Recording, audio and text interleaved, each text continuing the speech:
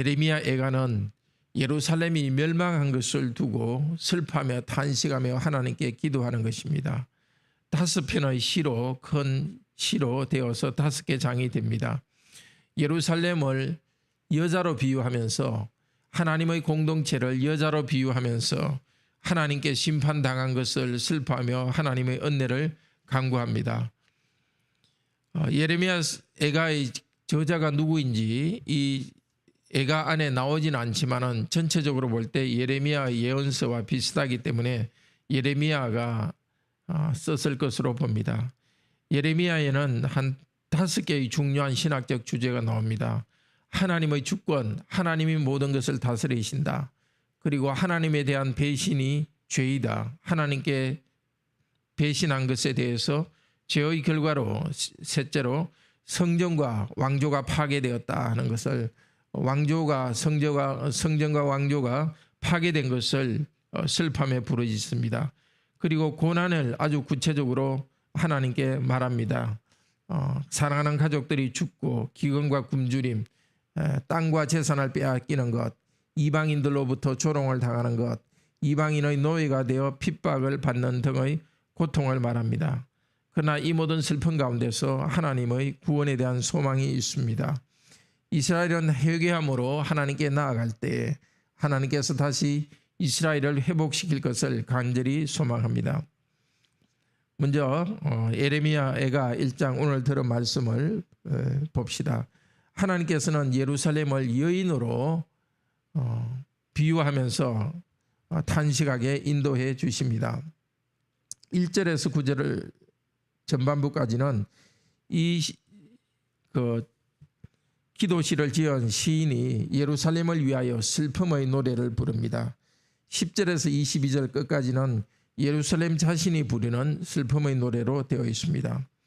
1절에서 3절에 예루살렘은 하나님의 백성 공동체 전체를 말합니다. 전에는 사람들이 북적북적했는데 지금은 홀로 외롭게 앉아 있습니다. 옛날에는 지체가 높은 공주와 같았는데 이제는 노비가 되었습니다. 예루살렘이라는 여인은 서럽게 웁니다. 하나님의 백성은 슬피 웁니다. 아무도 곁에서 달래주지 않습니다. 예전에는 많은 사람이 친구인 줄 알았는데 이제는 배신자요 원수로 변했습니다. 3절에 유다는 바벨론으로 끌려가서 환난과 많은 고난을 당합니다. 이 환난과 많은 고난이라는 것은 출애굽기 1장 14절 3장 7절에 보면은 하나님께서 이스라엘 백성을 이집트의 고된 노역을 하게 했던 것에 쓴 표현입니다. 하나님께서는 이스라엘을 이집트의 종살이에서 해방시켜 주시고 참된 자유와 힘을 주셨습니다. 그러나 하나님의 백성은 그 은혜를 잊어버리고 하나님을 배반했습니다. 그 결과로 다시 종으로 끌려가서 쉴 곳을 얻지 못하게 되었습니다. 4절에서 6절에서 시온은 제사와 예배의 장소였습니다. 그 기능이 멈추었습니다. 절기가 되면 많은 사람들이 시온으로 예루살렘 성으로 몰려들었는데 이제는 방문하는 사람이 없이 도로가 한산합니다. 반면에 이스라엘의 원수가 된 바벨론은 형통합니다. 하나님께서는 이스라엘의 죄로 말미암아 바벨론으로 예루살렘을 심판하게 하셨습니다. 여기 나온 죄라는 것은 반역을 말합니다.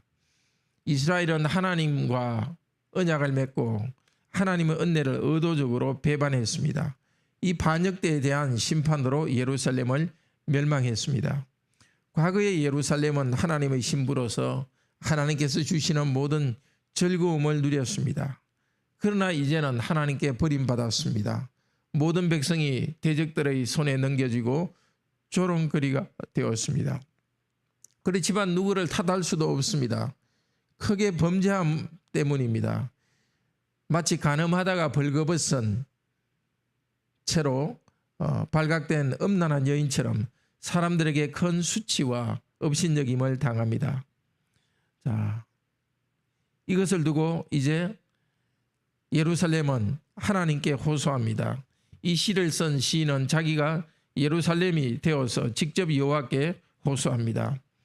9절 후반부부터 말합니다. 여호와의 원수가 스스로 큰 채 하오니 나의 환난을 감찰하소서.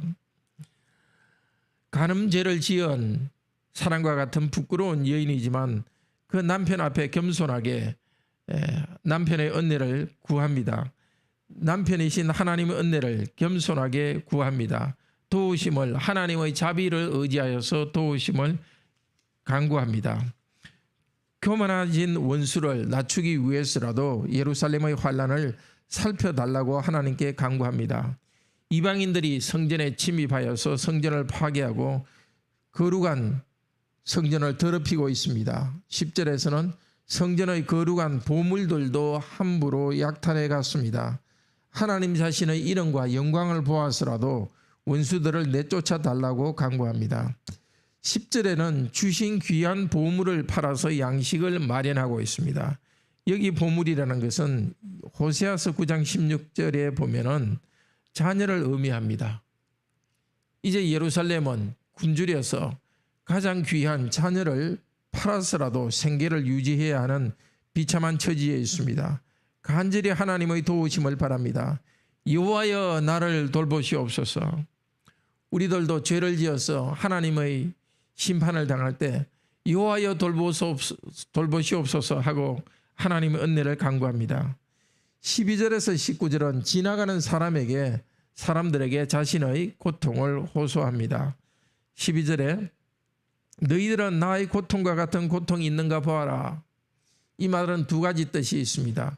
하나님께 범죄하였을 때 큰 고통이 있다는 것을 말합니다.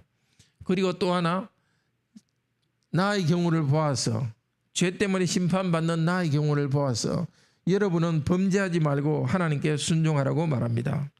13절에서 15절은 예루살렘 성이 멸망당하는 장면을 묘사합니다. 높은 곳에서는 불화살이 떨어져서 성의 중심부에 불이 타오릅니다.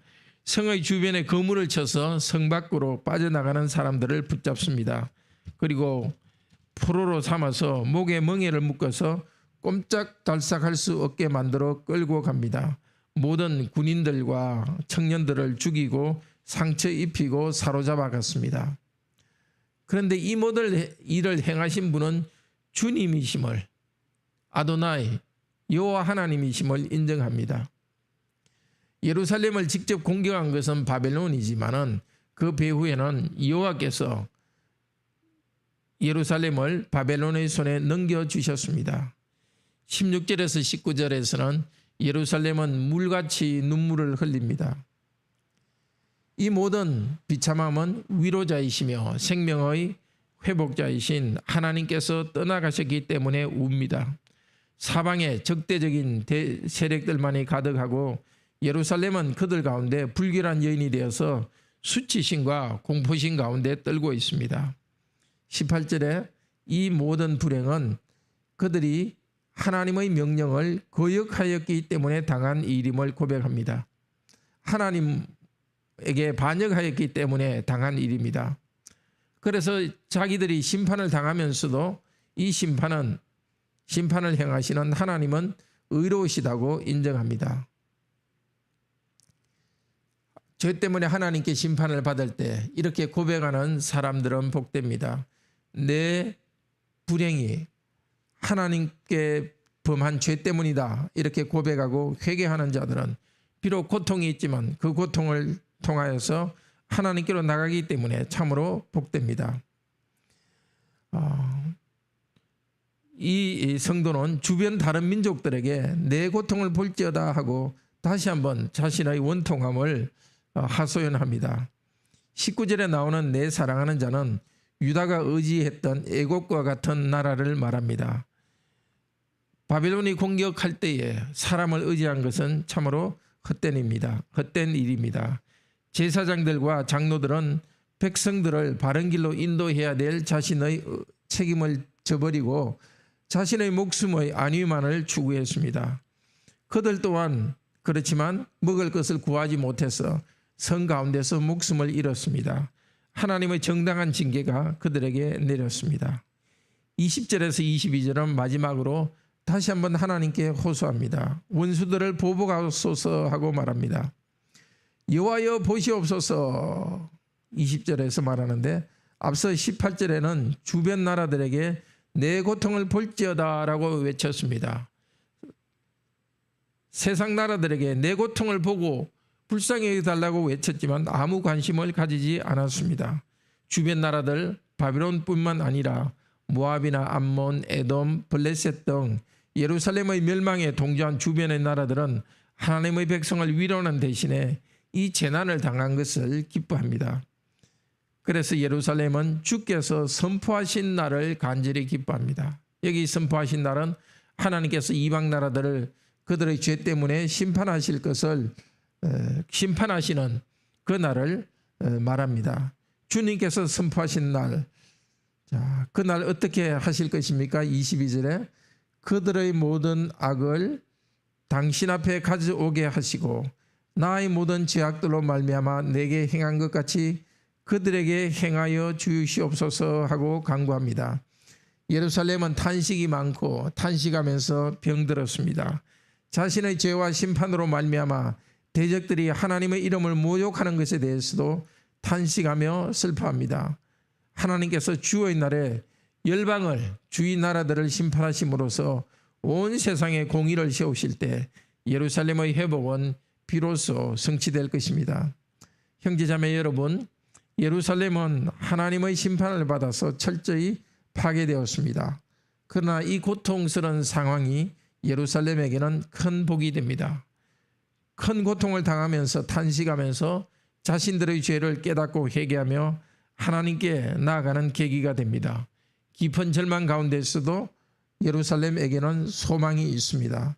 예루살렘은 영적으로 간음하여서 하나님을 배반하였지만 신실하신 하나님께서는 결코 예루살렘을 버리지 않으셨습니다. 예루살렘의 탄식을 들으십니다. 이들의 참된 회개와 소망에 귀를 기울이시고 응답해 주십니다. 우리도 마찬가지입니다. 하나님께서는 우리가 죄를 짓고 회개하지 않을 때에 죄를 깨닫게 해주시려고 고난을 주십니다. 비록 고통스럽지만은 이 고난을 믿음으로 받고 자신의 죄를 철저히 회개하고 주님을 더욱 의지함으로써 변화됩시다. 그렇게 된다면 더 큰 죄악과 불행으로 빠져들지 않을 수 있을 것입니다. 예수 그리스도께서는 우리가 아무리 큰 죄를 짓더라도 여전히 우리의 구주가 되십니다. 하나님은 우리의 아버지가 되십니다. 우리를 사랑하시는 아버지 하나님께 부르짖읍시다. 하나님께 회개하고 용서를 구합시다. 하나님께서 우리 기도를 들으시고 회복시켜 주실 것입니다. 징계를 통해 우리를 연단하셔서 의로운 자로 설 수 있도록 다듬어 가실 것입니다. 히브리서 12장 7절 1절, 히브리서 12장 7절 1절은 이렇게 말합니다. 너희가 참음은 징계를 받기 위함이라. 하나님이 아들과 같이 딸과 같이 너희를 대우하시나니 어찌 아버지가 징계하지 않는 아들이 있으리요. 무릇 징계가 당시에는 즐거워 보이지 않고 슬퍼 보이나 후에 그로 말미암아 연단받은 자들은 의와 평강의 열매를 맺느니라. 아멘. 기도합시다. 자비로우신 하나님, 저희들도 또 저희 교회도 과거 이스라엘 백성이 그랬던 것처럼 하나님의 크신 은혜를 받았습니다. 그러나 크신 은혜를 받고 하나님만 사랑하고 또 사람들을 사랑하기로 맹세해 놓고서 그 길을 가지 않고 하나님을 싫어하고 이웃을 미워하는 그런 죄악된 경향이 저희들에게 있었고 그런 죄를 지었습니다. 이 아침에 우리를 불쌍히 여기셔서 저희들의 고통 앞에서 그냥 불평하고만 있을 것이 아니라 하나님께 나아가서 우리의 고통을 아뢰면서 왜 이런 고통을 하나님께서 주셨는지를 기도하며 우리 죄 때문에 하나님께서 이 고통을 주셨다면 하나님께 철저히 회개하면서 사랑의 하나님의 은혜를 의지하여 앞으로 나아가도록 인도하여 주시옵소서. 우리 중에 특별히 어려움에 있는 성도들을 돌아와 주소서. 영적인 어둠의 골짜기를 가고 있는 성도들에게 하나님 은혜를 다시 회복시켜 주시옵소서. 관계의 문제 때문에 힘든 성도들에게 먼저 사랑을 실천할 수 있는 힘을 주시옵소서. 질병 건강이 좋지 않은 형제자매들 치유하여 주소서. 이세미 자매 암 치료 중에 있사오니 주님 불쌍히 여기시고 회복시켜 주시옵소서. 경제적인 어려움 가운데 있는 성도들에게 주님을 의지함으로 자족하면서 하나님께 감사하며 살아가도록 하나님의 은혜를 다시 간구하도록 도우소서. 이 아침도 성령님, 또 이 하루도 성령님 우리들을 지켜주셔서 거룩함으로 나아가도록 하시고 하나님을 사랑하고 이웃을 사랑하는 참된 열매를 맺는 삶이 되게 하여 주시옵소서. 주 예수 그리스도 이름으로 기도드립니다. 아멘. 은혜로운 기도 시간 되기를 축복합니다.